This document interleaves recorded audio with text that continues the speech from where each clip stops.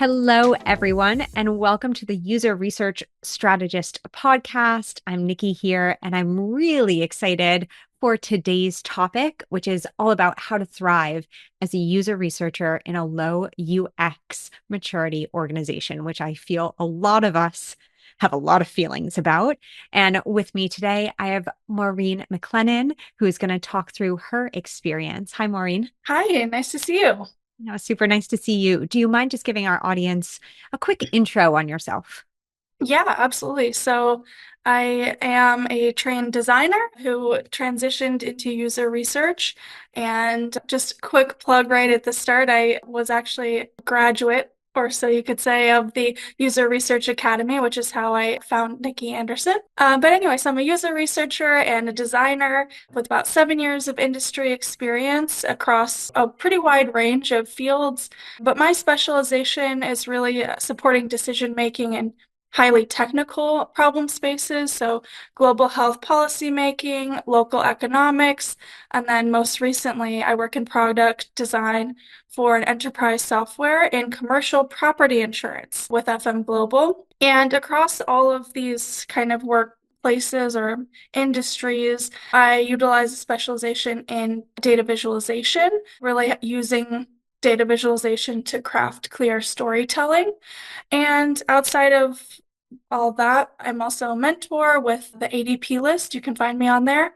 And I've also worked with the School of Visual Concepts in Seattle, Washington as a mentor there as well. And I'm really excited to talk today about thriving as a UX researcher. Yeah, amazing. Do so much. It's really impressive. It's just, I love hearing everybody just all the things that everybody does. So Yeah. yeah, it's super cool. And it sounds like, yeah, these are very highly technical spaces that you've worked in, which is Yeah. really interesting. But let's start out by having you define in your own words, what is a low UX maturity organization? Yeah, I would say a low UX maturity organization is a place that has in some way hired UX professional, but in some capacity is unsure of what to do with them. So this could be on the low end, just very unstructured or, very limited, meaning that it's not really implemented evenly or it's very inconsistent. All the way through, I'm looking at the Nielsen Norman Group, 6 levels of UX maturation, all the way through to more structured or integrated types of systems where maybe UX is talked about or like quote unquote implemented across all, but really decision making on the different systems or teams is not really user driven. And I would say, most of my experience has been as a tech person in a non-tech industry or company. Part of that is also agency settings where we're doing consulting with, local government or with global health policymakers who, again, UX is not a specialization or something that they really understand. And then currently working in insurance, it's a very old company with a lot of history and experience in insurance, but the UX organization is about 1% of the like entire length of history of the company. And so I haven't been, you might have heard the UX team of one. I've never been a UX researcher of one, but I've still worked in low UX maturity organizations. And I think that's part of why I wanted to come on today is I think it can be easy to misconstrue a low UX organization with only having a small number or tiny number of employees. You can have a larger group of employees and still, be in that more less mature system, I would say. Absolutely. I love that delineation. Just because you're not a user research team of one does not mean that you're sitting in this hugely mature organization. And Yeah. I've seen that as well. I've also seen as a user researcher team of one, a highly mature organization Hmm. with just me. right? Hmm. But because there was a lot of interest, there was some really great democratization, which we won't get into today too much, maybe. That's really But interesting though.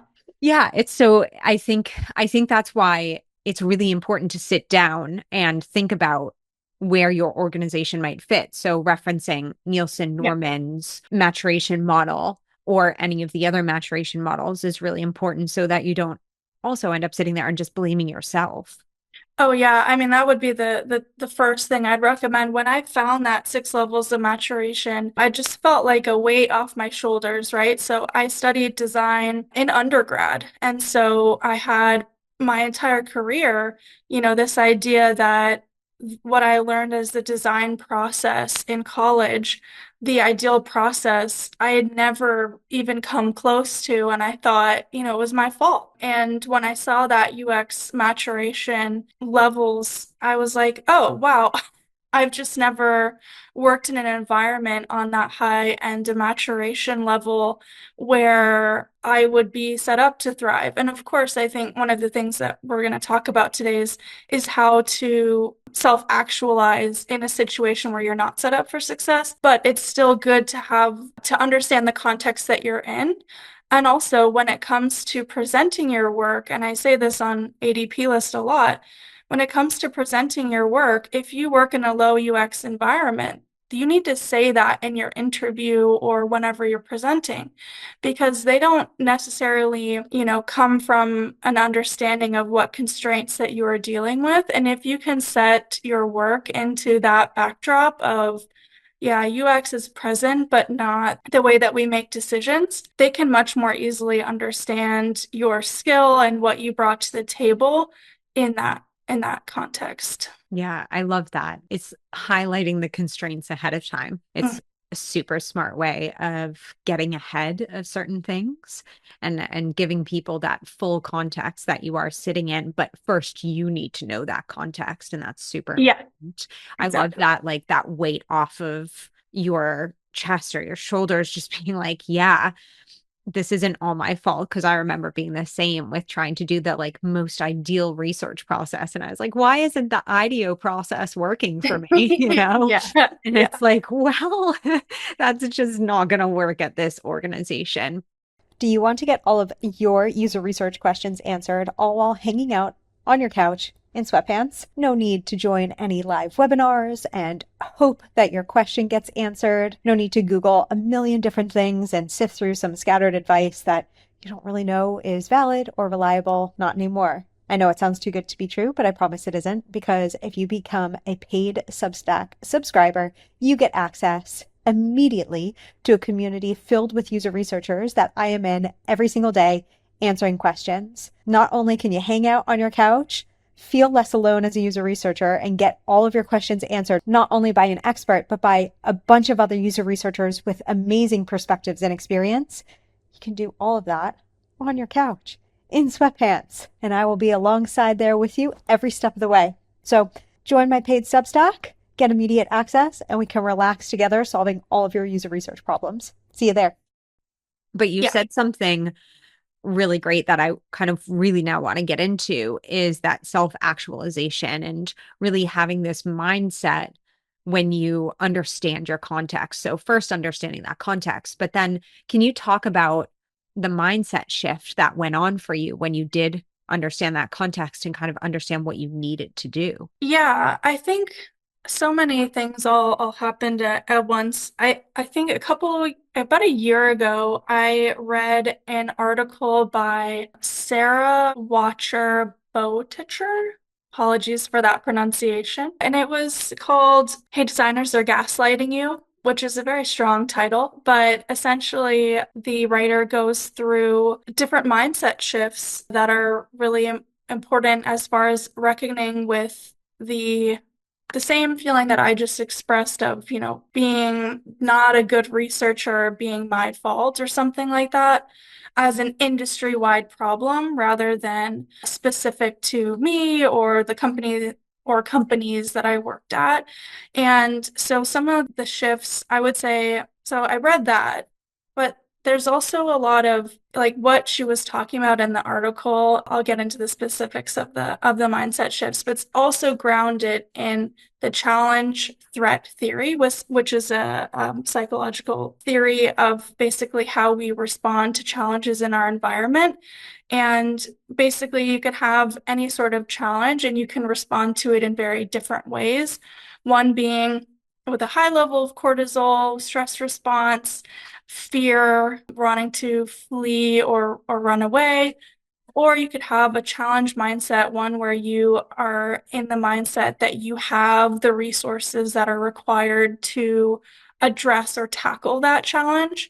And so I think this is a good place to start before we talk about the mindsets because it's really just about how can we, not that it's just or not that it's easy, but the idea is that we ground ourselves in competence and ability and value, and that if we believe that we are doing our best and that we have the skills and resources to overcome the challenges that we face, that we will actually be able to rise to the challenge. And if we come at it from a perspective of, woe is me, or I'm set up to fail, and these other people around me are, trying to take me down, it's very difficult to focus on the task at hand and actually get good work done that would be the best possible evidence of your value. So, my kind of going into the mindset specifically with that context, I mean, the biggest one is just if you acknowledging that your collaborators are probably not the problem. Of course, I don't know every situation or every context. And, it's really true that there are bullies and there are people that can be not good actors, but if we assume that our collaborators who are disagreeing with us are the problem, then we really are not able to work efficiently with them because we're so focused on taking them down. So really instead it's thinking about how can I build deeper connections with these people that I feel misunderstood by or etc.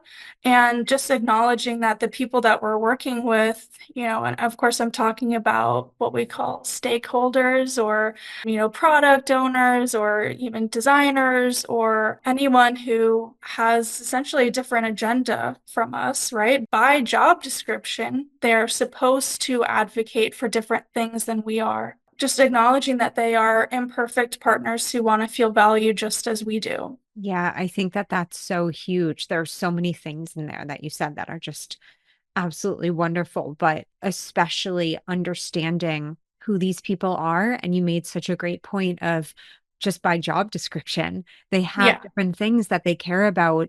Not everybody cares about user research to the extent that a user researcher might. Not everybody cares about design, about product management, about marketing, about anything to the extent that their specialists would care about. And realizing that opens a lot of doors so that it seems less confrontational. Yeah. And I would say too, sometimes we would actually be in a bad place if we tried to overtake, for example, what the business needs, right? At the end of the day, if we're a user researcher, we are probably trying to make money in some way.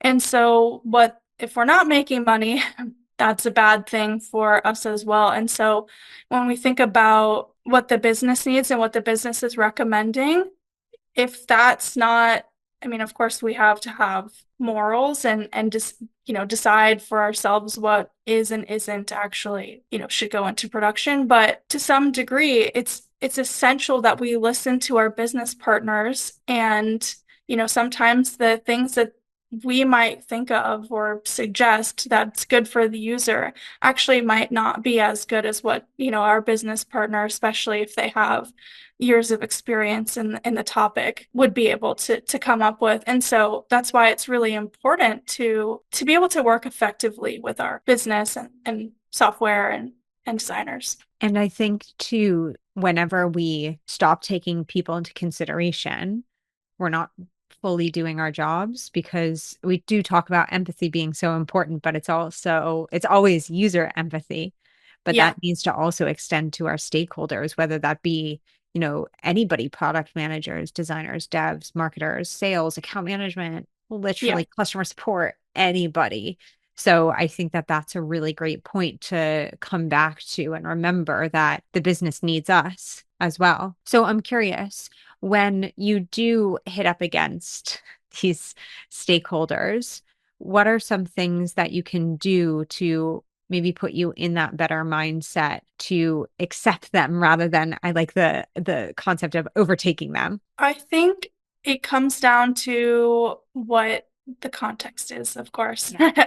But I'm trying to think of a good example. I have one with working with a defensive designer, for example, especially if you work in a low UX organization. I think it's very easy to understand that there might be a very critical environment, or it's not a very safe environment for people to be super creative and have out of the box thinking. And so that leads to, or can lead to, people, especially on the creative side, being really defensive about their designs. And that's certainly something that I've seen. So starting from there, right? What I just exemplified is seeing the people that we're working with in the bigger environment, and not just seeing, oh, this person's really defensive, they're difficult, I need to, get rid of them or whatever. And of course, I don't have that kind of power, but it's really about setting that person into the wider context to understand why they might be behaving a certain way.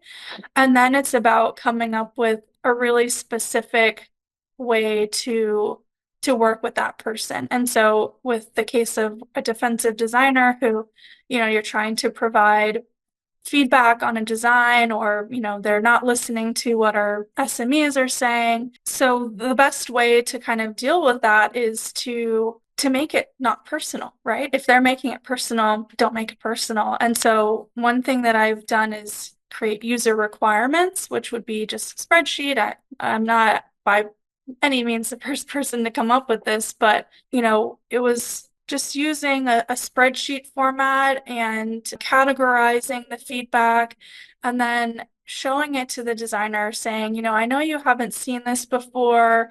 This is, something that maybe you didn't see while you were doing the design process, but I want to just go through this list with you and see which of these do you think have already been addressed, and are there any that we could address now given the situation? And just, I've never worked with that person in such a calm manner before, but when we went through that spreadsheet, they were engaged. They've had a very clear problem in front of them that they felt that they could tackle. Again, going back to the challenge mindset, that designer that I was working with went from the threat mindset to the challenge mindset, all by putting us on the same side of the table and saying, hey, we're looking at the same thing. How can we work together to make this what we both want? And just really got to collaborate with this person. That's really nice. And I think that one really great aspect of that is that depersonalization of the feedback, right? You're not criticizing them as a human, Yeah. right? Through their design, which I understand. I remember I was very sensitive to that as well as earlier on in my career because I was scared, right? I Mm-hmm. was scared that somebody would see me as a fraud because I wasn't Mm-hmm. perfect at everything. Mm-hmm. And so I think that is a very nice way of taking away that kind of more personalized threat, right? Yeah. We're looking at a spreadsheet. There's nothing exciting or personal about a spreadsheet, right? Like, Yeah, and just to really quickly, the spreadsheet was not a an audit of the design. It was user requirements that had come out of user research that had been done in the past and had not been surfaced to this designer, but it was not, again, not an audit of their design, which is why it was not personal, because it wasn't even about the design. It was, how can we take these new considerations moving forward? I love that I feel like there were several different layers there. You put it into a format that was easy for them to digest and not feel threatened by. You didn't make it Yeah. about the design, because I know that sometimes it might be easier to be like, oh, that design didn't work, right? The Yes. user hated that, right? And whereas that might be true, that's not always the best way to deliver feedback. Yeah. And I think, of course, this is a really specific environment or situation where I had done generative research on that topic and was able to bring that to the table. But I guess the takeaway that I would have from that is creating user requirements whenever possible, in combination with a business requirement and using that as a way to define success. And of course, when we do usability testing, that's the user requirements would be something we'd want to be testing against, right? And so that's how we depersonalize, and we just say these are the things that we've decided are the priorities here, and does the design align with that? Yes or no? And it's not about the creativity or the visual design or whatever. It's not about the person who creates it. It's we created this list of things that this design needs to achieve. If it's not doing that, then we need to address it. Hey everyone, I have been taking some business courses recently and am launching a new membership that's all about how user researchers can become more business savvy, more strategic, and more of a business partner in their organizations. One of the biggest questions that I get asked is, hey, my organization isn't really mature. It has like a low user research maturity level. Please do not let the maturity of your organization dictate your user research career. That's what I did because I was in a lower user research maturity. I kind of let myself stagnate and I didn't really learn new things. And with that, my skills kind of like deteriorated. I lost a lot of time that I could have used to learn really, really important skills because they weren't necessarily applicable to my organization at that time. But guess what? I got fired. And then it didn't really matter what maturity level my organization was at because I was no longer there. And I wished that I had taken the time to learn some of these skills because they would have been applicable at the next places that I went into. I know that it can be hard sometimes and frustrating when you're in a low maturity organization and you want to push things, you want to learn new things, but please, please, please don't let your current organization and their levels of maturity impact your future career because I promise you, you will not be there forever and you will need the skills that you need to learn in the future. Promise, promise, promise, especially with the user research industry changing and us hopefully moving into that more strategic space and operating more as business partners and innovation partners to our organizations. Also, if you want more details on my membership and how to become a little bit more business oriented as a researcher, check out the link that I have. And I hope that helps.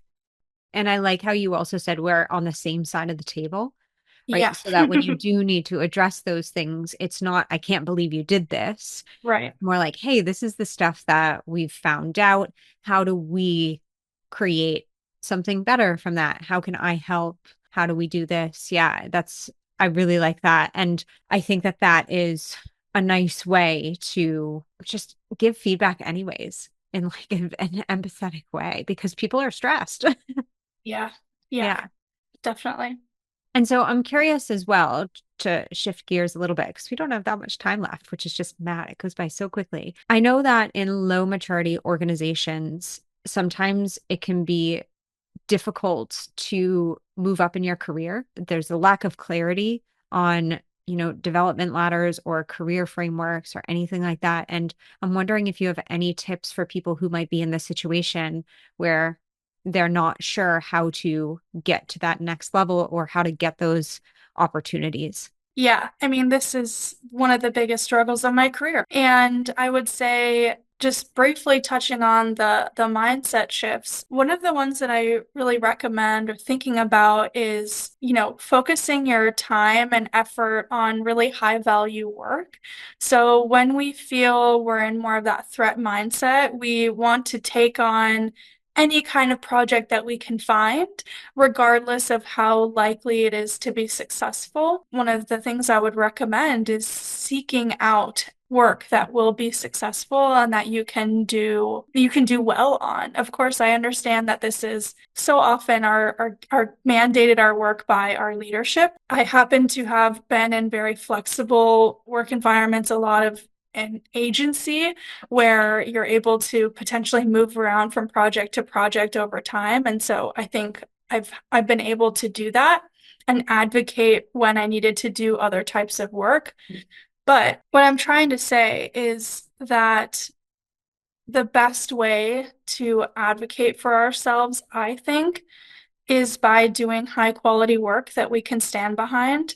And sometimes that means putting more effort on things that will have high impact and really solving high value problems. That could also be, trying to find out what your manager cares about and what your manager needs help with and just stepping up to do that. And so one example of how I ended up partnering directly with the head of my UX organization by my lead on my project had mentioned to me that they were thinking about doing some sort of training initiative to teach some of our researchers some design skills. And so having been formally trained as a designer and transitioned into research, of course, I'm like, oh, that's me. It's all over it. And essentially, I put together an entire proposal for how this training could work. How could we solicit suggestions from our other researchers and then turn that into a really tailored approach. And the head of UX was so impressed that I'm now on that team putting together that training initiative. And so, of course, I would say from that, one is trying to do high value work. And sometimes that means coming up with ideas and presentations and really showing that you can do things that you believe that you can do. I haven't gotten a title change from it, but maybe in 6 months it'll be different. I would just say trying to do work that you really stand behind, because at the end of the day, that's what you're going to take with you to your next company anyway. Yeah, absolutely. Those are what become your case studies in your portfolio. Yeah. Yeah. For anybody who's maybe looking to try and create those opportunities or proactively step up, I know that you mentioned figuring out what your manager might care about or need. Are there any other ways that you think about or have found that kind of impactful work or high impact work? If you have access to broader team meetings and you can see what the struggles are on the team, if there's like a dynamic or problems that are consistently not being tackled or addressed, I mean, especially if you have any sort of ideation skills or problem solving. I mean, that's where you just say, I look around this team and I see these areas of struggle. What is something I can do to address that? Because, especially in a low UX mature organization, if there's any sort of interpersonal struggle on the team, that's already potentially coming from outside of the UX organization. So we don't want that within the UX organization as well. And so what I'm saying is that so much of the struggle of being a UXR in a low UX mature organization is the interpersonal. And so, really trying to address those interpersonal issues through creative concepting or coming up with new ways to do something that you've done in the past, if it's clearly not working, and really just stepping up and saying, I have an idea. Can we just try it?